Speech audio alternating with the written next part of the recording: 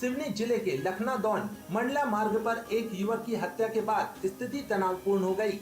नागधार पुरवा गांव के युवक की मौत के बाद परिजनों ने हर्रई ग्राम के पास शव रखकर चक्का जाम कर दिया और आरोपियों की गिरफ्तारी की मांग को लेकर प्रदर्शन किया।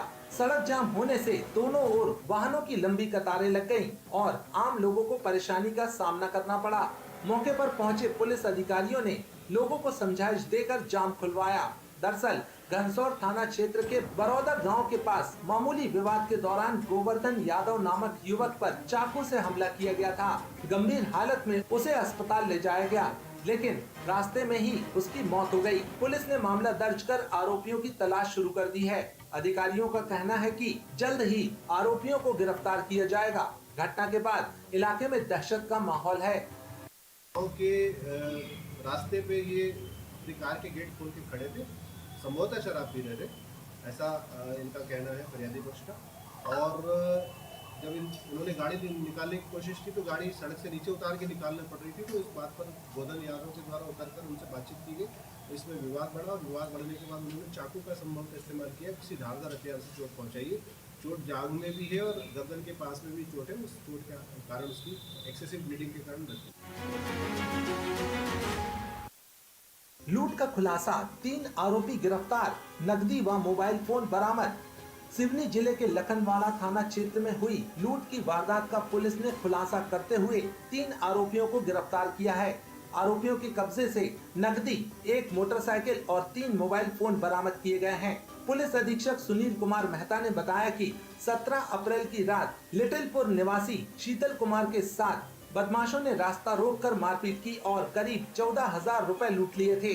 मामले की गंभीरता को देखते हुए पुलिस ने तत्काल जांच शुरू की और विशेष टीम गठित की गई। तकनीकी साक्ष्य और मुखबिर की सूचना के आधार पर 25 अप्रैल को 3 संदिग्धों को घेराबंदी कर पकड़ा गया। पूछताछ में आरोपियों ने वारदात कबूल कर ली। आरोपियों की पहचान देवेंद्र उर्फ देव साहू, विनय उर्फ गोलू धुर्वे और रोहित उर्फ बंटी चक्रवर्ती के रूप में हुई है। पुलिस ने इनके पास से 1,22,000 रुपए नकद, 1 मोटरसाइकिल और 3 मोबाइल फोन बरामद किए हैं। जब्त सामग्री की कुल कीमत करीब 1,59,000 रुपए आंकी गई है। तीनों आरोपियों को गिरफ्तार कर न्यायालय में पेश किया गया है।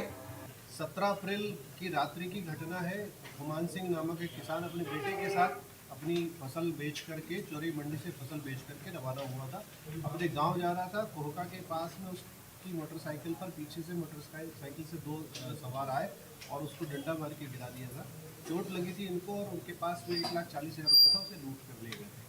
पुलिस के द्वारा कड़ी मेहनत करके और अपने मुखबिर को सक्रिय करके 3 आरोपियों को पकड़ा गया है। इन 3 आरोपियों से कुल 1,22,000 रुपये जब्त किया गया है। तीनों आरोपी पकड़ में इन तीनों के पुराने अपराध भी हैं और ये पुराने अपराधी भी हैं, जिसमें इनके खिलाफ केस रजिस्टर हुआ था और चालान न्यायालय में पेश किया गया था। वर्तमान में इन्होंने जो घटना की है वो अपने महंगे शौक को पूरा करने के लिए, महंगे मोबाइल्स खरीदने के लिए, इस तरह के हरकतों को करने के लिए ये घटना की थी। और अभी इनको गिरफ्तार करके, इनसे पूछताछ करके, जब्ती करके और इनको न्यायालय पेश किया जाएगा। तेज रफ्तार कार की टक्कर से 45 वर्षीय व्यक्ति की मौत। नरसिंहपुर जिले के गोटेगांव थाना क्षेत्र में तेज रफ्तार कार की टक्कर से एक 45 वर्षीय व्यक्ति की मौत हो गई। घटना चिंदौरी रेलवे ब्रिज के पास की है। मृतक की पहचान विनीत विश्वकर्मा के रूप में हुई है। जानकारी के अनुसार वह घर से बाहर निकल रहे थे, तभी तेज रफ्तार कार ने उन्हें टक्कर मार दी। गंभीर हालत में उन्हें सिविल अस्पताल गोटेगांव ले जाया गया, जहां डॉक्टरों ने उन्हें मृत घोषित कर दिया। पुलिस के अनुसार दुर्घटना एक स्विफ्ट डिजायर कार से हुई है।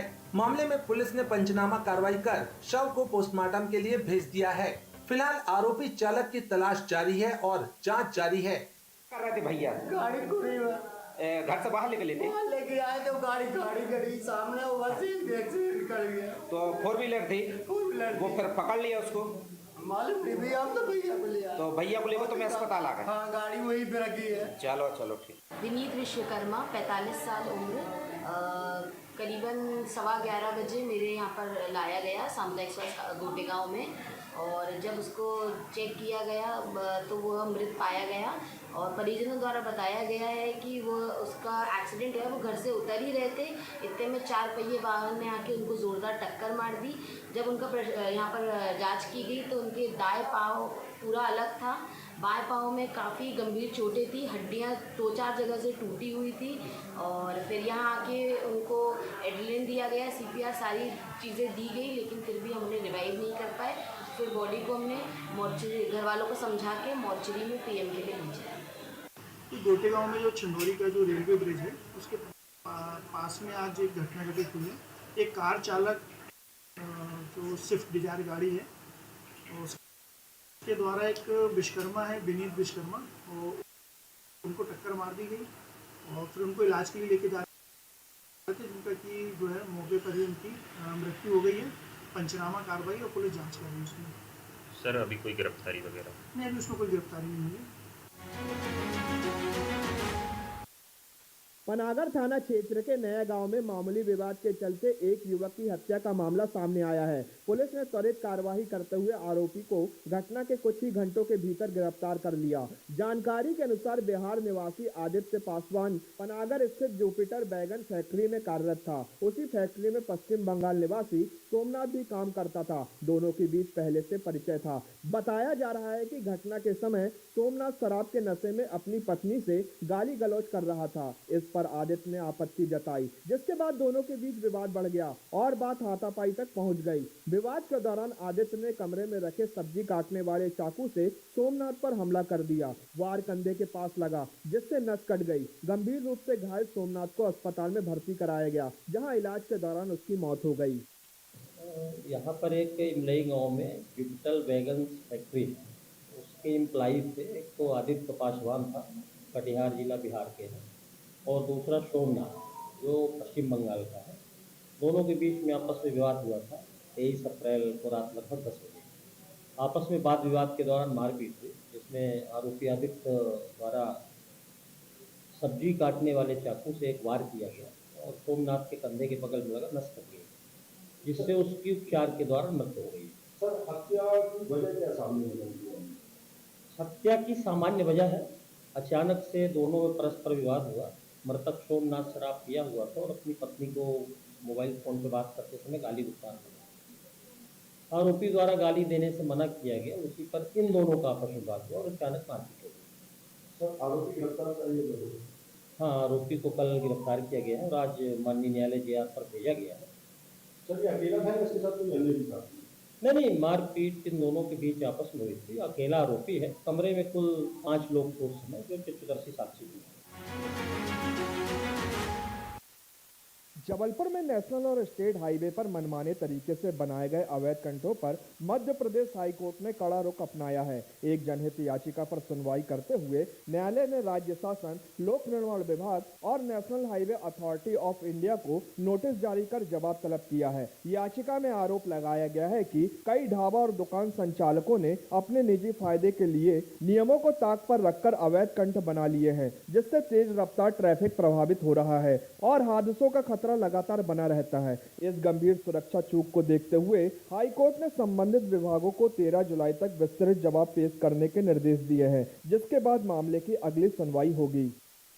आज माननीय मुख्य न्यायाधिपति महोदय के एक जनहित याचिका लिस्टेड थी, जिसमें जनहित याचिका में हमारी मांग माननीय न्यायालय से ये थी कि मध्य प्रदेश भर में जितने भी हाईवे हैं उनमें क्या है, पेट्रोल पंप, ढाबा संचालकों एवं अलग अलग लोगों ने मीडियन कट्स लगा रखे हैं, नियमों का पालन नहीं हो रहा है, एवं जो NHAI की खुद की पॉलिसी है उसको लेकर हम लोगों ने आज याचिका प्रस्तुत करी थी। माननीय मुख्य न्यायाधिपति ने बहुत कृतज्ञतापूर्वक इसको दिखाते हुए आज नोटिस जारी करके इन सभी विभागों NHAI, राज्य शासन, PWD डिपार्टमेंट एवं रोड एवं परिवहन राजमार्ग इससे जवाब तलब करे हैं एवं इसमें जवाब देने के लिए राज्य शासन एवं केंद्र सरकार को निर्देशित किया है।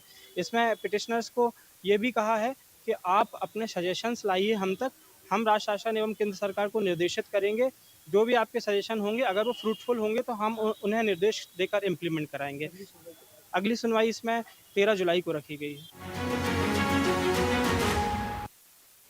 मदन महल स्टेशन रोड स्थित चाय दुकान मनोहर चाय और अमृत तुल्य पर बीती रात शराब के नशे में धुत दबंगों ने जमकर उत्पात मचाया। दुकान मालिक आयुष गुप्ता के अनुसार रात करीब 12:15 पर निक्की किशन और उसके आधा दर्जन साथियों ने दुकान में घुसकर महिला स्टाफ और ग्राहकों के साथ अभद्रता की। विरोध करने पर आरोपियों ने ग्राहकों और संचालक के भाई की बेरहमी से पिटाई कर दी और दुकान का तंदूर, भट्टिया व सीसीटीवी कैमरे तोड़ डाले। जाते जाते हमलावरों ने दुकानदारों को धमकाया कि यदि रात 9 बजे के बाद दुकान चलानी है तो उन्हें नियमित हफ्ता देना होगा। यह पूरी वारदात दुकान में लगे सीसीटीवी कैमरे में कैद हो गई है। पीड़ित परिवार की शिकायत पर मदन महल पुलिस ने एफआईआर दर्ज कर ली है। सीसीटीवी फुटेज के आधार पर पुलिस अब इन बदमाशों की सरगर्मी से तलाश कर रही है। शहर के व्यस्ततम इलाके में हुई इस तरेरा गुंडागर्दी से स्थानीय व्यापारियों में भारी आक्रोश है। भैया ये घटना है रात में 12:15 बजे की, लगभग 12:05 समथिंग की घटना है। हम लोग हमारी दुकान है मदन स्टेशन रोड में, मनोहर चाय और अमृतुल्य चाय के नाम, पवन पुत्र स्नैक्स नाम है दुकान का। तो वहाँ हम लोग 12:02 के लगभग दुकान बढ़ा रहे थे, 12:03 के लगभग। तो कुछ 4-5 लोग आए दारू पी के, आसपास के ही हैं वो, और वहाँ मेरी माता जी खड़ी थी काउंटर पे। उन्होंने माता जी से गाली गलौज करना शुरू कर दिया, ग्राहकों से गाली गलौज करना शुरू कर दिया। 2-3 ग्राहक थे, उनको उन्होंने मारा पीटा। तो मैं और मेरी माता जी और मेरा छोटा भाई थे, तो हम लोग ने चुपचाप दुकान बढ़ाई और हम लोग दुकान बढ़ा के जाने लगे। दुकान बढ़ा के हम लोग घर चले गए। तो हमारे जैसे हम लोग घर पहुंचे तो हम जब कैमरे में देख रहे तो उन्होंने हमारी दुकान की भट्टी जो बाहर तंदूर रखा हुआ था वो तंदूर तोड़ दिया। उसके बाद उन्होंने सारी चीज़ें दुकानों में नुकसान करना शुरू कर दिया। हमारी दुकान के 3-4 कैमरे तोड़ दिए। हमारे बड़े भाई जो शादी में जा रहे थे वो वहाँ 2 व्हीलर खड़ी करने आए, उनसे बहुत मारा पीटी करी, उनके हाथ वगैरह में उन्होंने मारा और उनके जैसे वो मार पीट वो भी भागने लगे वहाँ से। तो उन्होंने हमारी दुकान को और नुकसान किया, कैमरे वगैरह सारी चीज़ें तोड़ डाली, बल्ब तोड़ डाले। और उसके बाद हम लोग को दम वगैरह भी दी जा रही थी कि यहाँ दुकान खोलोगे 9 बजे के बाद तो पैसा लगेगा, ये है वो है, दुकान में भीड़ नहीं लगानी चाहिए, ये सारी चीज़ें। भीषण गर्मी की मार झेल रहे जबलपुर में सोमवार शाम मौसम ने अचानक करवट ली और तेज अंधड़ के साथ धूल भरी हवाओं ने पूरे शहर को अपने आगोश में ले लिया। जहां इस बदलाव से तापमान में गिरावट आई, वहीं तेज हवाओं के कारण शहर के कई इलाकों में बिजली की लाइनें प्रभावित होने से आपूर्ति ठप हो गई। शहरों पर धूल के गुब्बार की वजह से विजिबिलिटी कम हो गई, जिससे वाहन चालकों को खासी मशक्कत करनी पड़ी। मौसम विभाग के अनुसार आसमान में छाए बादलों के चलते अगले 24 घंटे में हल्की बारिश या बूंदाबांदी की प्रबल संभावना है। हालांकि प्रशासन ने अंधड़ के दौरान कमजोर पेड़ों और बिजली के खंभों से दूर रहने की चेतावनी जारी की है। फिलहाल शहरवासियों की नजरें आसमान पर टिकी हैं, जिससे गर्मी से स्थायी राहत की उम्मीद जागी है। शहर के हृदय स्थल मालवीय चौक पर सोमवार को आम आदमी पार्टी के स्थानीय कार्यकर्ताओं और नेताओं ने अपनी ही पार्टी के दिग्गज नेता राघव चड्ढा के खिलाफ मोर्चा खोल दिया। हालिया नीतियों और बयानों से नाराज कार्यकर्ताओं ने विरोध करते हुए राघव चड्ढा का पुतला दहन किया और जमकर नारेबाजी की। प्रदर्शनकारियों का आरोप है कि पार्टी नेतृत्व की कार्यप्रणाली और हालिया घटनाक्रमों से कार्यकर्ताओं में भारी असंतोष है। फिलहाल प्रदर्शन शांतिपूर्ण तरीके से संपन्न हुआ, लेकिन पार्टी के भीतर मचे इस घमासान ने शहर की राजनीति में हलचल तेज कर दी है। जैसा कि आप लोगों को विदित है कि हमारी आम आदमी पार्टी सबसे ईमानदार पार्टी है और हमारी आम आदमी पार्टी से लोग आते हैं, जीतते हैं और जीतने के बाद में क्या कमजोरी है, क्या वजह है कि उन पे ईडी सीबीआई लगा दी जाती है, उनकी कमजोर कड़ी पकड़ ली जाती है, इस वजह से वो उन पे शामिल हो जाते हैं। कौन सी ऐसी वजह है? लेकिन ऐसे गद्दारों को बख्शा नहीं जाएगा। ऐसे गद्दारों का हमने पुतला दहन किया है और हम इसका घोर विरोध करते हैं।